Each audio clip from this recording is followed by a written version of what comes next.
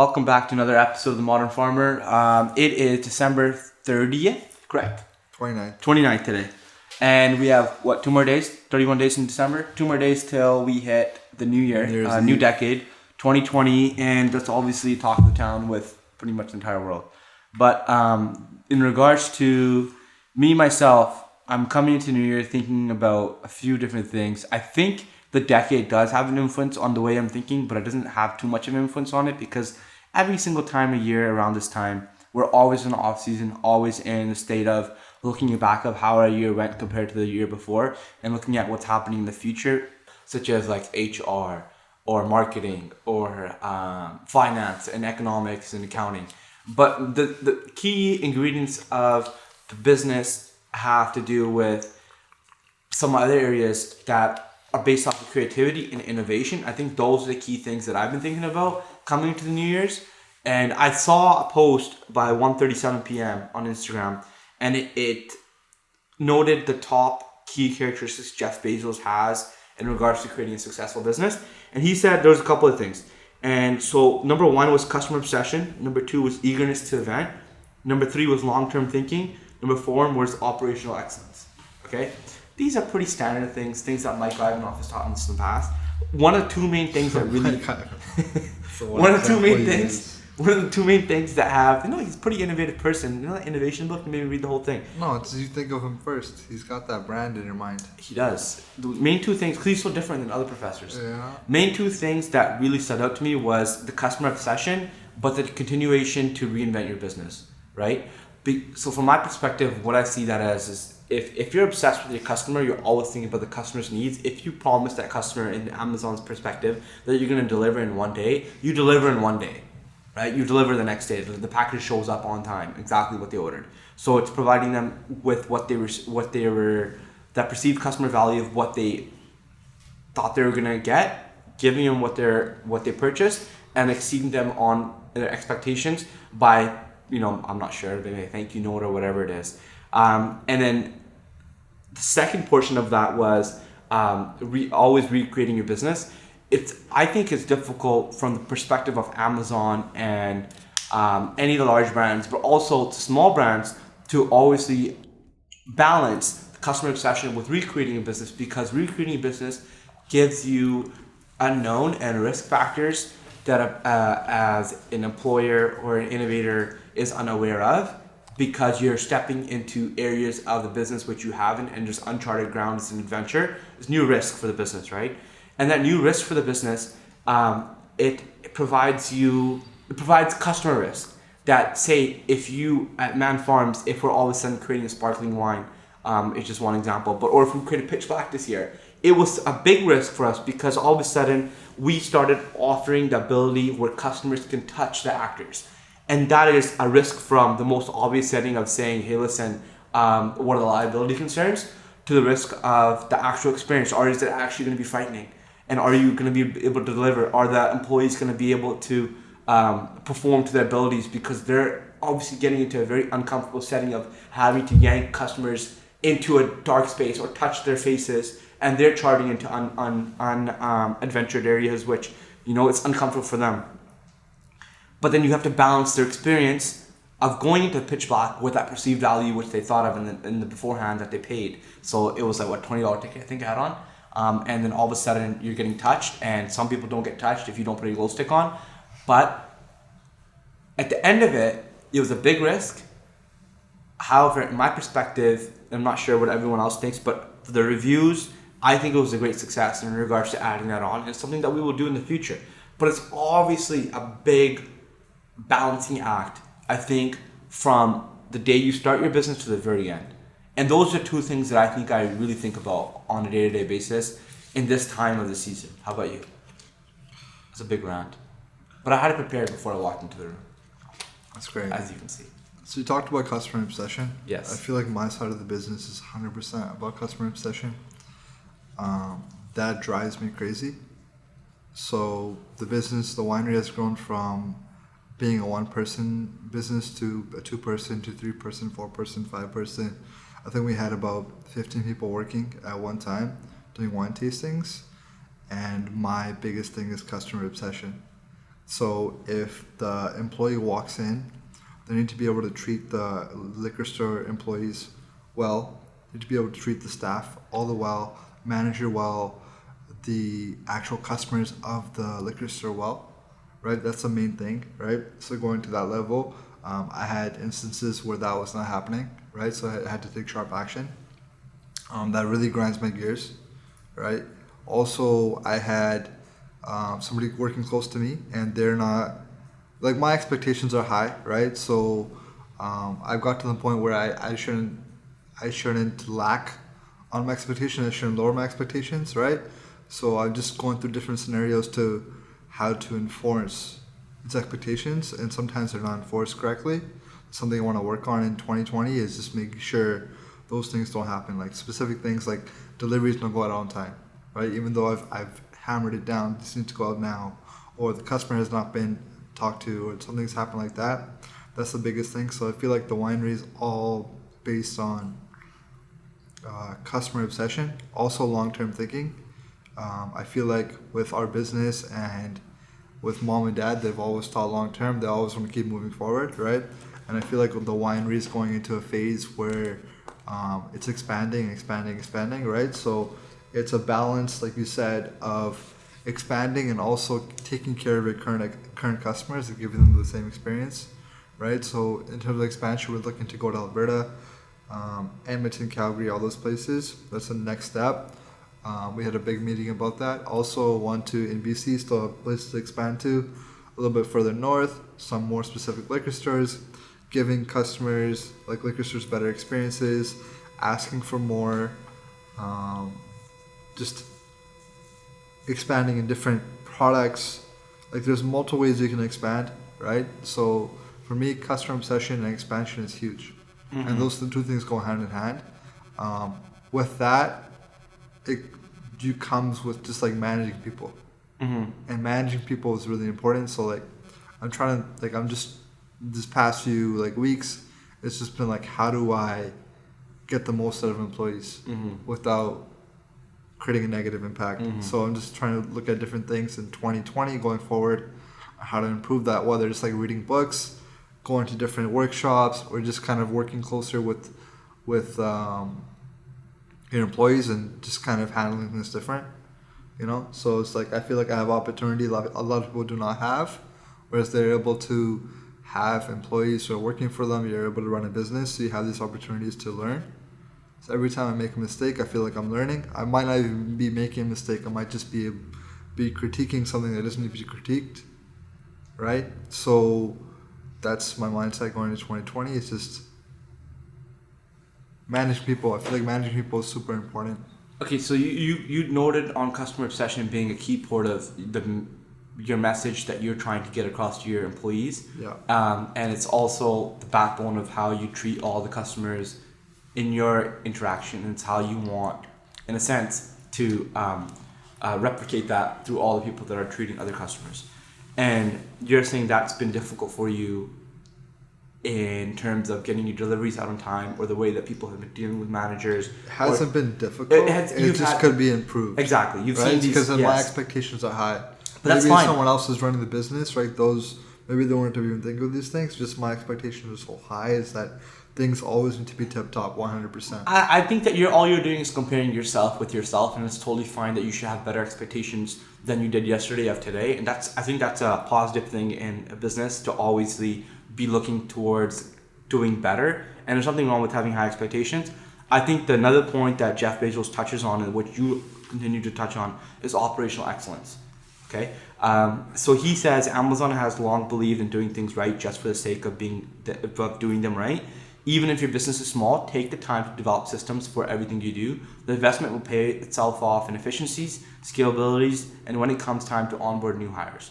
So I've been thinking about this as well, because HR is something that takes so much time, and I mentioned it in previous meetings that because our company's getting to the point where we're having enough hires that are replicating a lot of the same things over and over again, and there's payroll, bonuses, salary, everything that has to do with HR, individual concerns, taxes, that we need to have someone who is just focused on HR, making sure that someone like Dhruv, who is a key part of our management side of the winery, to where someone like a floor staff who is a customer representative on the floor staff, who is such an integral part of their business, but they have completely different needs in regards to the day-to-day that they function in man farms. One person is here and makes their own schedule and time period, where another person is routinely here and clocks in, clocks out, but is expected to provide a very high level of customer service, where other person is creative and more operational. And they both have their own needs and their own settings of way they live their life because they're different parts of their life, but they're very integral to man farms. And the only way that you can look at managing all of the HR employees from my perspective is to step back and look at all of them and see where they all provide value to man farms, and then provide them in return monetary value or whatever value that they want in regards to having a bonus or a raise or a better working hours or flexibility, or their management style is a little bit different, or they want to work from home. And so that has to do with HR. So if it is hiring someone who is just with HR, or it is maybe looking at something like Trainio. Have you heard of that? It's a software in a sense, or an app, or whatever it is, where you take time as a manager to create videos and create documents and put them in a systemized format into this software, and then require your employees who are going to be performing those same exact tasks to watch and read and go through that entire software in however the Trainio thing requires you to do it. And large companies have saved thousands of hours of training across a number of employees, and they are even helping smaller businesses. So maybe that is some key people that you're going to be hiring on a continuous basis, such as people like wine tasting or farmers market staff that we're going to be hiring. Having your employees coming back that are really good at it and asking them to help you figure out the Trainio and putting that stuff in there, you being happy with it, creating a system, and then having someone such as Sally, who's brand new to tastings, go through that entire manual, paying them for their time, and knowing that, hey, listen, you are holding them accountable because they have gone through that software and, in a sense, are adequately trained or ready for their job. So they shouldn't be making mistakes because it's a system that you've already put in place. It's like cookie cutter. It's a generic system. So that comes down to operational excellence in my mind. And I think that's something that we need to, as an entire company, maybe take on. Maybe it's not Trainio, maybe it's something else. It could just be documentation that we continuously do. But I think we do try to do these things, but we don't really have a onboard system that is like unanimous, that we all do. Don't you think? I agree 100%. I think the most important things that you don't realize, like when I didn't realize when I started when we started the winery and when I started hiring people, is the expectations you set in the beginning, right? Those are really hard to break, right? So from the beginning, you have to set those expectations, like this person needs to be doing this job this way. You can't be doing one or the other. It has to be done correctly. So if sometimes you have to give leash, let the person mess up, right? But also there's some tasks that need to be done correctly, and sometimes where I've lacked is the person's done it incorrectly, right? And I've given them too much leash. So going back, maybe when I was there in the situation, I would have been more direct and more frank. Like, this is not how this works. It needs to be done this way. That's something I want to work on, and like going forward to hiring new staff. In correction, you mean? Yeah, correction. Like yeah. I feel like I'm too much of a good cop, not enough of a bad cop. Mm-hmm. You know, I'm like too nice to employees sometimes. Mm-hmm. Right? I've realized that over time and just training people, just because like I'm not good at criticizing people. Right? Yeah, but I think the same way as well, but I don't think that that's the right way of thinking about it, that you have to be a hard ass just to get the job done. I think that you can still be a good cop as long as you put systems in place to make sure that that employee knows what's expected of them with even being a good person. And if by being a good person, showing them what's expected of them, and if they are not performing up to their abilities because of negligence, because they're actually not doing it because they don't want to, not because they can't. If you put them in the right position to exceed in the job and they still can't do it, then there has to be repercussions, in the sense of like just verbal warnings or written warnings or whatever it is, and to the point where they actually take you serious. Because if you're saying you need to do it like this and there's no consequences for them not to do it like this, and it's easier for them to dick around and screw around because they've seen you where you just let them be, that can be a problem. No, that's the biggest thing. That can be a problem. And it's a problem for me too, because the biggest thing, yeah. Sometimes my employees and I, my managerial employees, we're too good at friends. And we screw around too much. We have too much of a good time. Yeah. And we're just trying to party, right? Yeah. But at the end of the day, we're just having fun. And I understand that having a fun work environment is very important to your day-to-day life, because obviously you spend so much time at work. But at the same time, shit has to get done. And that's the main way that I take my approach with employees. But I understand that that's not something that you can do in a scalable sense. You can't just say, hey, listen, go screw around, make sure it gets done. You have to make sure that there's consequences for them not to do their job. And if you want to be loose, that's fine. If you want to be very chill, that's fine, no problem. But make sure people have deadlines. Like that's really helpful for me is to make sure that people have deadlines.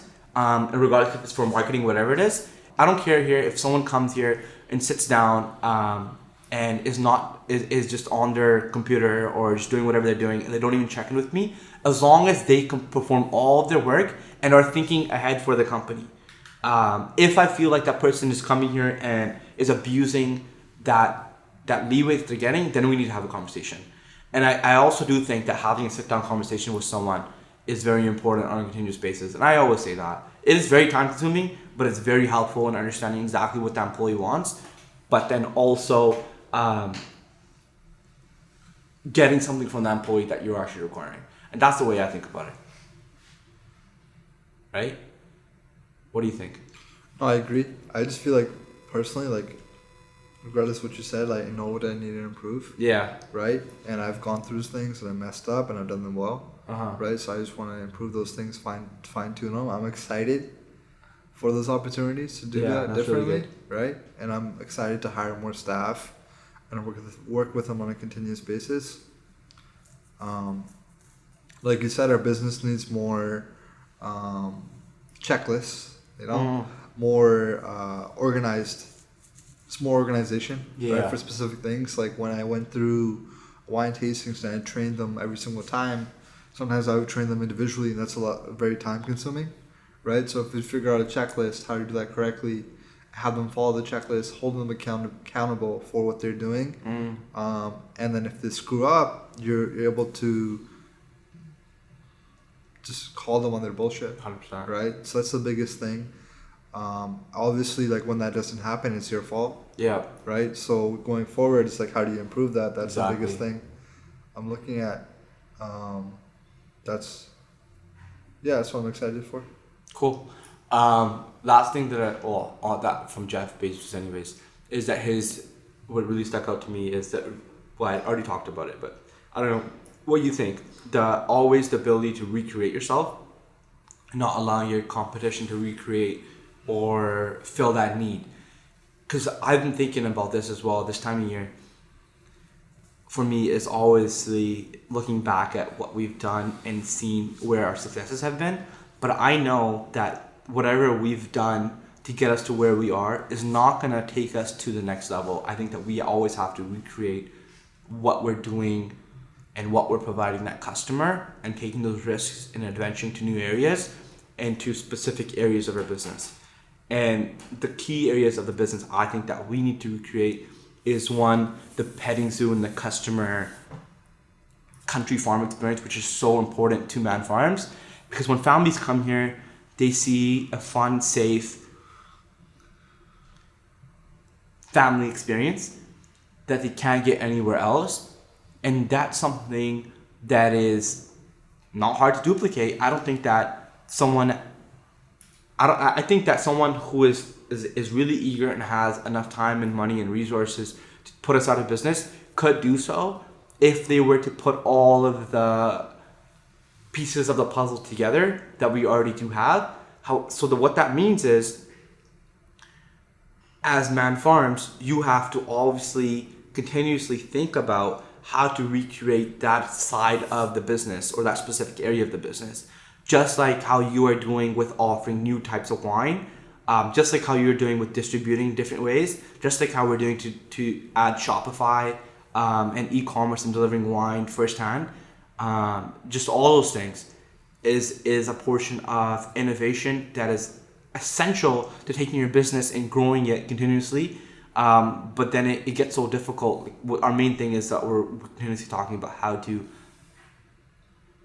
replicate our level of customer excellence or replicate our level of quality across our our employees, right? So then taking all that innovation and then making sure that our employees are following through with it. But like, do you take this time period to think about what things you could do differently for the coming year or innovate? Because I think about innovation all the time. Yeah, no, I feel like innovation is really important. I feel like it comes down to the biggest competitive advantage you can have is branding, right? If the reason why people pick McDonald's coffee over Tim Hortons coffee is still coffee, you're not going to innovate coffee, right?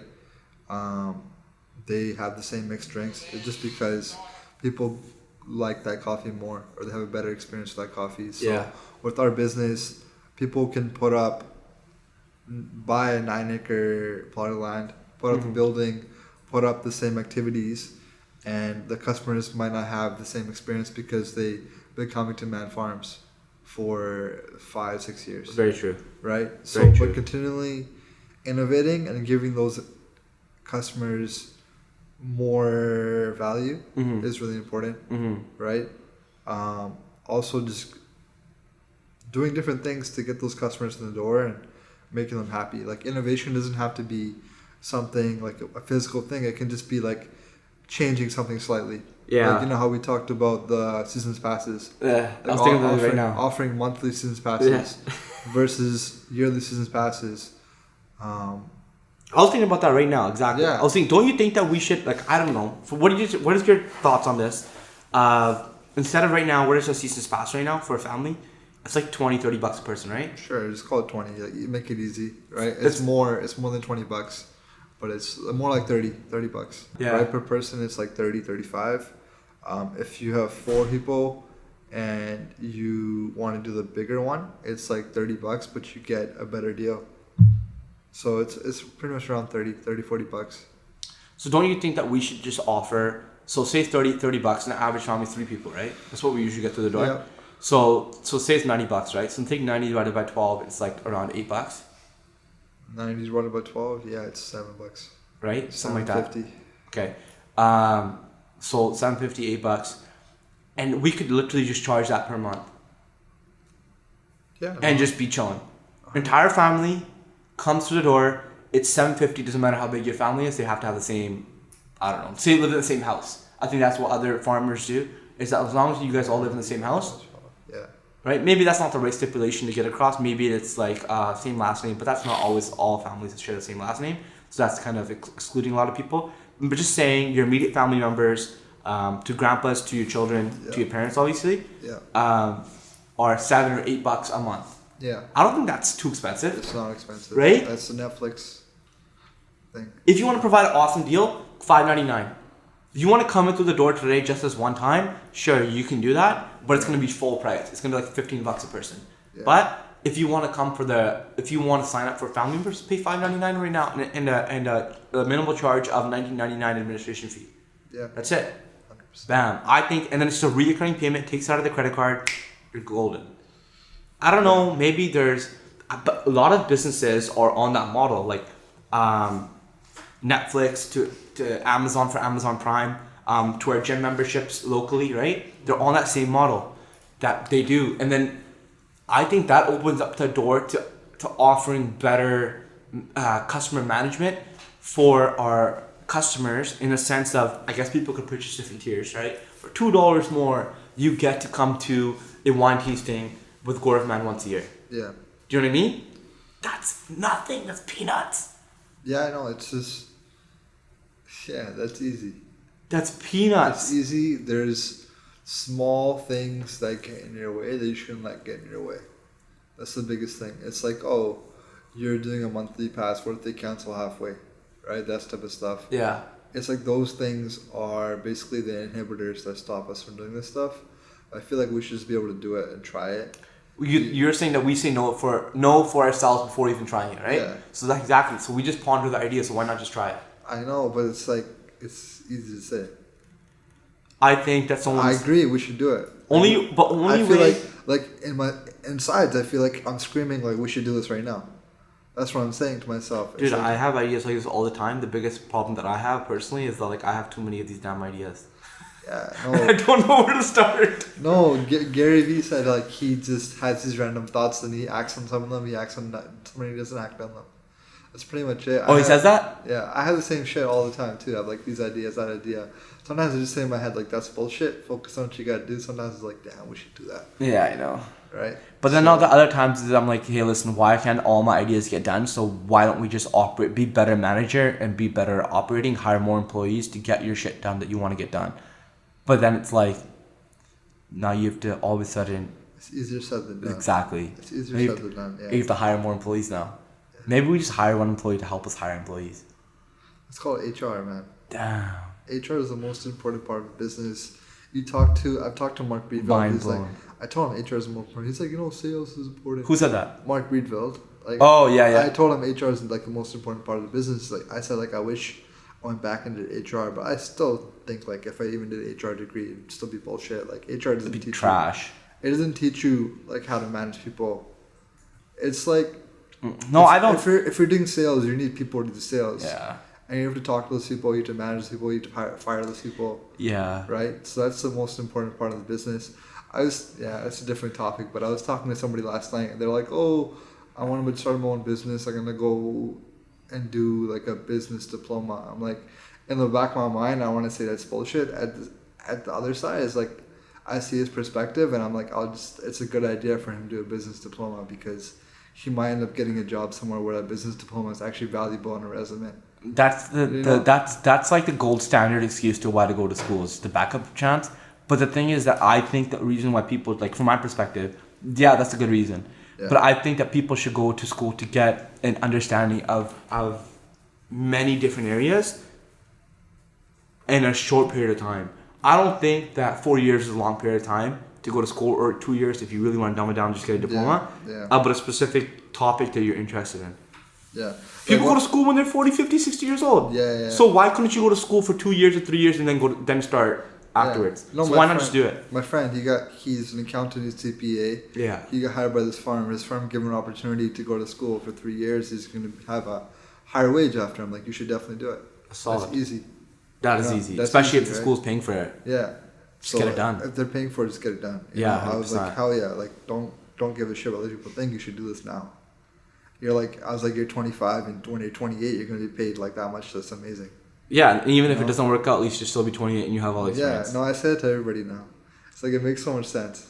It does make a lot of sense. It makes so much sense. Shit. New year, time flying by. We should open some champagne. Sure. Okay, guys, so the Modern Farmer episode 23 is interesting because we're actually filming another YouTube video in the same episode while we have this episode going. And we are comparing a $200 bottle of champagne versus $20 bottle of champagne. And we're going to see if there's actually a damn difference. And we have the iconic Dom Perignon with some Botegga. We have some Prosecco. We have this brand called 1884, which looks really similar to Dom Perignon, to be honest, in my perspective. And we're going to pop open those bottles and see what it looks like. So let's get going to that.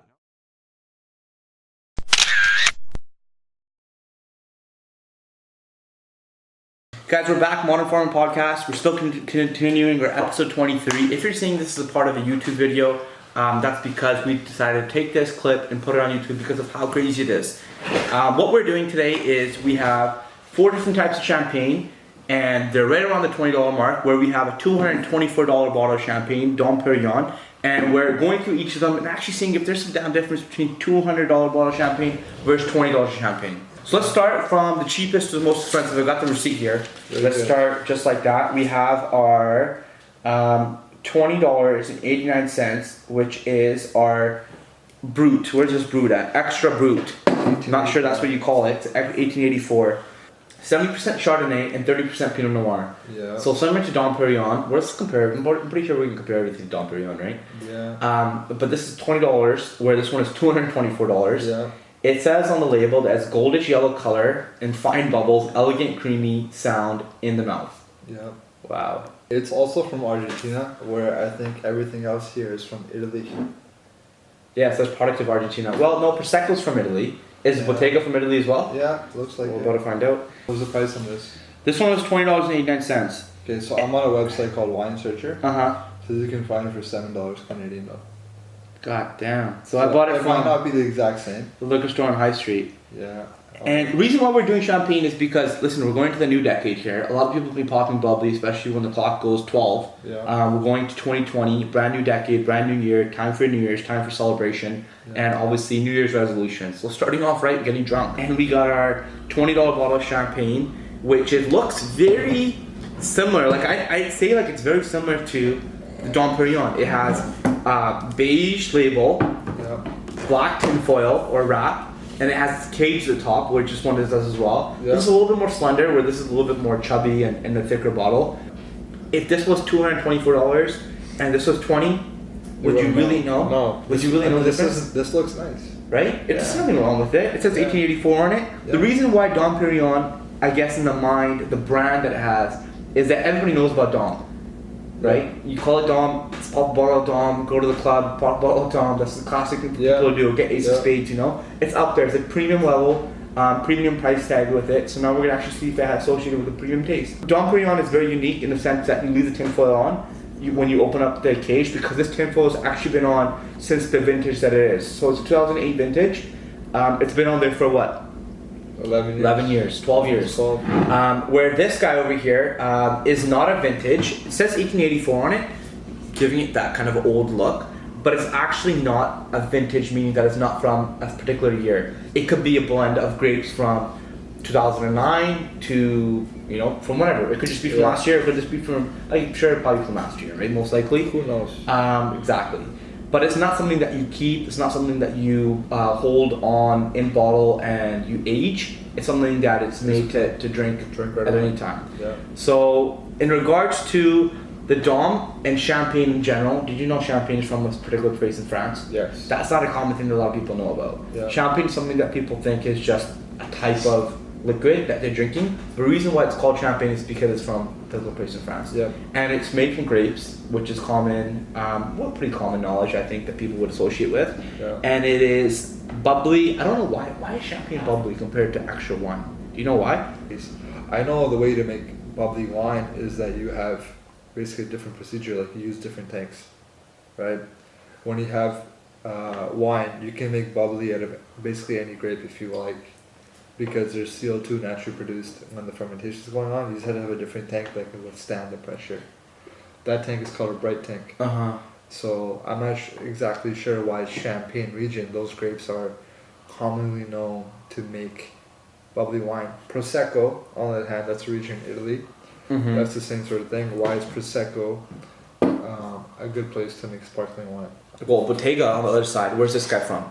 This is from Italy as well. Italy as well. Yeah. So, are you sure about that? Yeah. Product of Italy. Yes, you're 100% correct. So, Botegga is made in Veneto, Italy. Okay, where Prosecco is made in. Prosecco. Is it? Yeah. So it's made in Prosecco. Prosecco is Italy's answer to refreshing, well-made, dry sparkling wine, quickly becoming one of the most popular bubbly for any occasion worthy of celebration. Using the Charme method of sparkling wine allows the wine to retain its freshness and results in truly charming wine. An excellent aperitif, it is the best served chilled and on ice. Yeah. Okay, so whereas Botegga, sparkling wine, vin Mouchoir, produced by Produtti for Bottega Spa Godego di Santo Barone. I probably butchered it. But look at this bottle compared to everything else. It looks like a celebration just by looking at it, right? Yeah, that's one thing I wanted to touch on. Is most of the time when people buy champagne, right, it's for celebration. Like you don't sit down, open a bottle of champagne and drink it. 100%. Unless like you're Exactly. like that's the biggest thing about these wines.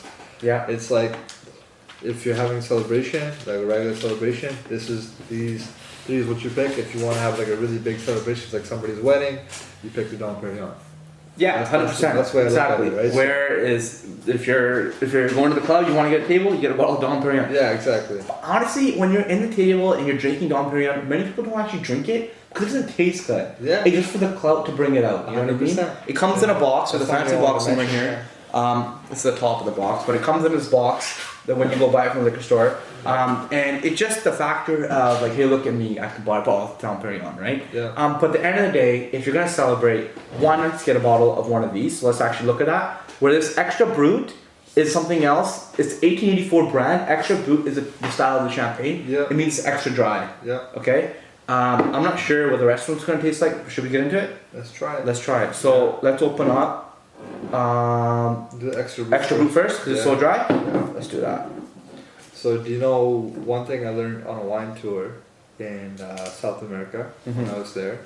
I was going to a specific wine area, I forget the name. But they talked about champagne. How many twists does it take to open a bottle of champagne? 2, 3, 4, 5, 6. Yeah. So the usual answer, right, is 3 whole twists. 3 pull twists? Whole twist. Whole twist. So yeah, that 3 makes whole sense. twists, right? But it's a trick answer. Trick answer. Trick answer.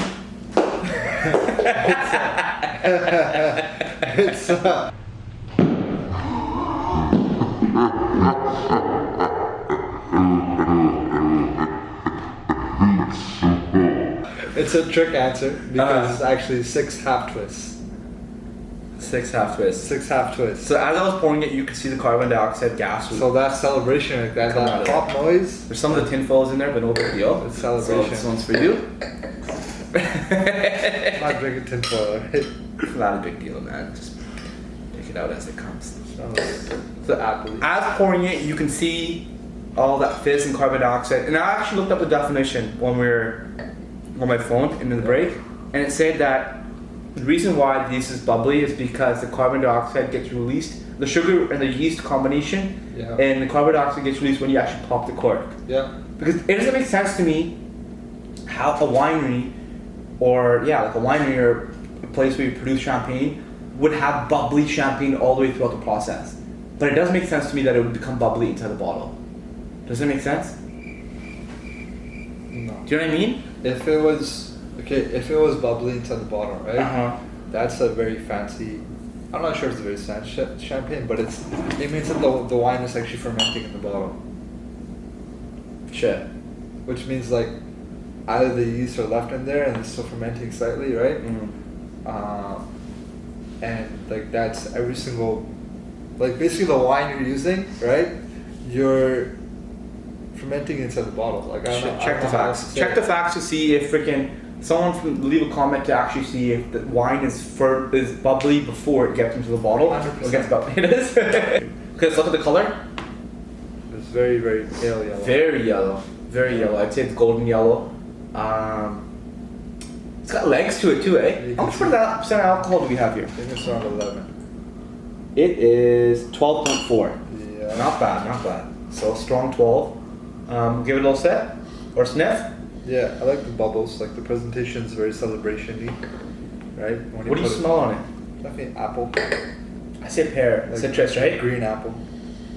Yeah, 100%. Sour citrus. Looking for that tinfoil. I don't want to put it in my mouth.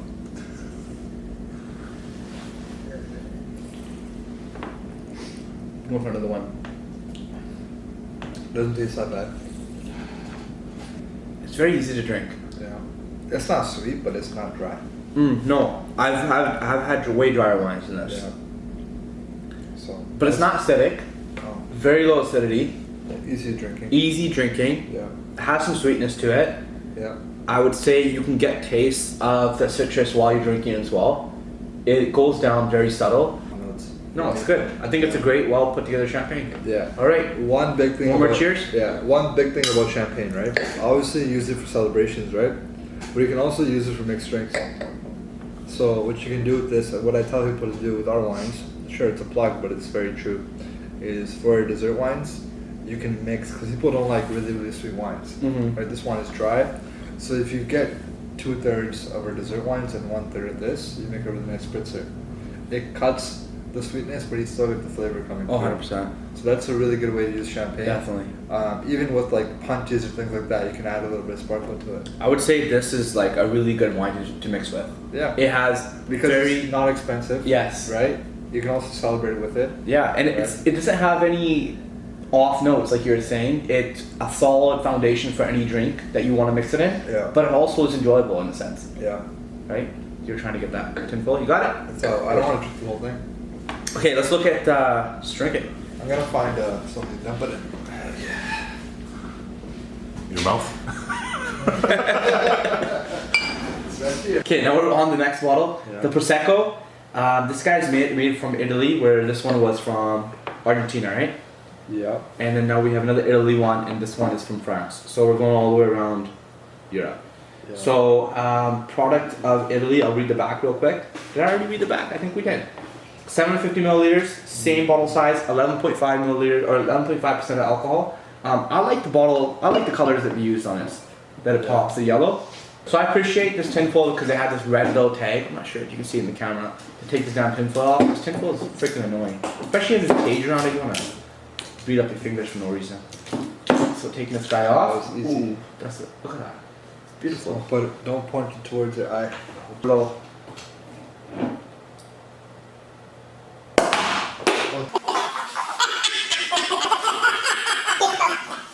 Okay, as you can see the carbon dioxide floating on it. Yeah. You see that right there? Yeah. So Yeah. and it's bubbling in there. Do you know what that noise is? What is Where that? that noise comes from? That's actually the air going back inside the bottle. That's what creates that noise. No way. Yeah. Okay, so let's pour this. No tinfoil this time. No tinfoil, buddy. So it's good to note the color actually, because I think with the 1884, like when I read online, it said it was left on the lees for a longer time. Well, lees are the yeast, right? The yeast can be like inside the yeast you can have skins, you can have different things like that, right? So that's where it gets the color from. So that pale yellow color, I think it came from it's sitting on the lees for a longer time. 100%. So this is lighter, so it means it didn't sit as long. So it might have different flavors. Like that lees adds different flavors to the wines. So that color is an indicator of how the product was made. I see. A lot of people denote the legs coming down with the alcohol behind it, but then I've read articles to say that the science behind that isn't even true. I don't know. But people do say, hey, listen, if the legs come down slower, like the drops around the glass of the legs of Whatever the wine. If the wine comes down slower on the sides of the glass, means that there's more alcohol than there is less, right? That's the actual denoting factor on that. But if I was saying there's not much science to go behind that based off the articles that I've read. So you're gonna go with a sniff? Very floral aroma. I feel like this is gonna be very enjoyable. Sweet. I love mimosas. This is the key mimosa drink. Have you had mimosas before? Yeah. So for brunch, have your mimosas. Cheers. Go for a drink. Yeah, I agree with floral. I still prefer. Like, what do you say compared to these two? I like 1884 better. Yeah, that comes out on top. Yeah, almost. It's not as sweet. I prefer the 1884 sweetness. It's because it's a little bit sweeter, yeah. Right. But this mixed with orange juice is excellent. It's really good. It's excellent. It's made for mixing drinks. But then again, do we debate that the 1884 is good mixed with orange juice? I think that's something to try. Yeah, You know what I I mean, yeah, this is why I always say on your wine tasters, mix this with Prosecco. Exactly. So Prosecco is like a brilliant wine to mix with. Hell yeah. Yeah. Okay, next up, For sure. All right, now we're on to Botegga. the most shiny bottle of all of them, the Botegga Rose Gold. Very feminine. Yeah, it is. Bottega makes a few different types of champagne. One of them is actually all gold. This one is rose gold. And let's go for the open. So it's got a cap that goes all the way around as well. Yeah, I think you said this is a blend, right? Yeah. I think it'll be anticlimactic. Ever. Climatic. Yeah, that was definitely not anti. Okay. Ooh, it's got fruity. Whoa. Smell this. Interesting. One thing I noticed right off the bat, this bottle's clear, man. Look at all the rest of the bottles. Yeah. This bottle's clear. It just has a coating all the way around it. Wrapping, yeah. Oh, wow, look at that Look color. at that color, man. The color definitely matches the bottle. Okay, I'm not sure if you're supposed to pour bubbly like this or pour it like this. I don't know. I have no clue. This This guy gives just it- poured his bubbly. This is the way it came out. That's it. It protects it. Remember you had beer. You have the head. You have that. Very true. Okay. Cheers, D. Cheers. Let's go for a smell. Look at the color. So the first one is very yellow. Second one is very clear. This one is very pink, and that has to do with the grapes as well. You know, we make a rosé, and the rosé is a reddish pink, just like this. That means it was a blend, right? So might be a blend of white grapes and red grapes. Okay, go for a smell, dude. Tell me what you smell. Your descriptions of smell are very There's a lot interesting. more CO2. I get a lot more CO2. You? I think of the way I poured it. Is it because you have a big ass nose, man? It's a very valuable asset. I almost won the Oreo game because of my nose. Don't know what that is. Remember the Oreo game we played? Oh, that's so true. Okay. I don't know. Okay, just go for a smell or taste. Yes. Try it.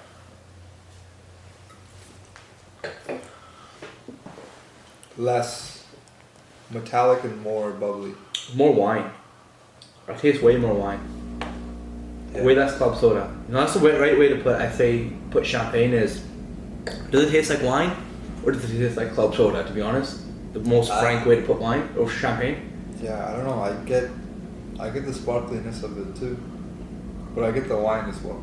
It's a good blend. You taste with the notes on it, right? I taste a lot of bubbles. I don't know why. Maybe it's the way that I poured it in the glass. I think the way that you can characterize a champagne after trying these three is to understand that if it gives you actual flavors that you can pull off while it goes down your tongue and the rest of your esophagus, to say that this is actually has flavor and characteristics to it. Whereas that Prosecco that we tried, it was a lot like club soda, Yeah. and just like sparkly water. Okay, so we got the Dom Perignon over here, Yeah. and they said that you're not supposed to peel the tinfoil. Grab the cage like the tinfoil is not there. Grab Okay? the cage. Grab the cage so the tinfoil is not there. So let's just do some searching. Okay then. What I mean by they is like some random article on Google, so who knows if it's actual This facts. is a cage right here. So grab it, rip it out, grab that damn thing. It has to do with the clout of the Dom Perignon. Another denoting factor that really makes this champagne different than other champagnes is that this is the actual vintage, meaning that it was from a particular year, 2008 being in this bottle, that we're drinking. And whereas these champagnes, the Botegga, the Prosecco, or the 1884, could be from any random year, 2014, 15, 16, 17, 18, 19, 20. Whereas this one over here, 2008. There we go. Figured it out.